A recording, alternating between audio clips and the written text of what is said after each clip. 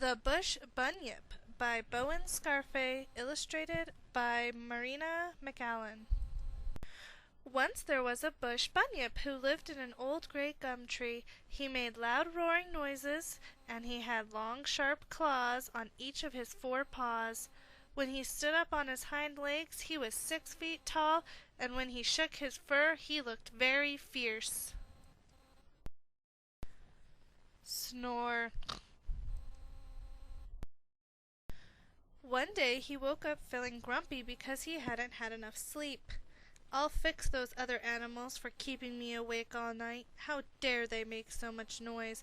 I'll give them a scare like they've never had before.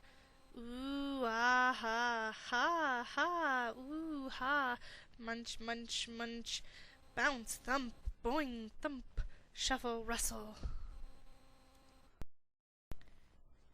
So off scuffled the bunyip into the bush until he came upon a kookaburra. He launched forward, threw back his head, and let out a loud roar. The kookaburra threw back her head and began to laugh loudly. "Ooh ha ha ha ha ha ha! Ooh ha ha ha ha!" "Oh dear, she makes as much noise as I do," said the bunyip. "I can't scare her." So off scuffled the bunyip into the bush until he came upon a koala. He lurched forward and opened his claws. The koala stopped munching and opened her claws. "Oh dear, she has claws like me," said the bush bunyip. "I can't scare her."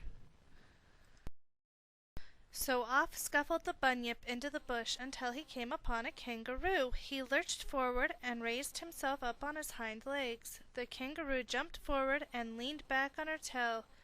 "Oh dear, she is as big as I am," said the bush bunyip. "I can't scare her." So again the bunyip scuffled off into the bush until he came upon an ashindia. He leached forward and shook his coat until it stood on end. The ashinia gave a shuffle and raised her quills. "Oh dear, she looks as fierce as I do," said the bush bunyip. "I can't scare her." Disillusioned, the bunyip went until he came to a billabong. He sat down beside it, feeling even grumpier.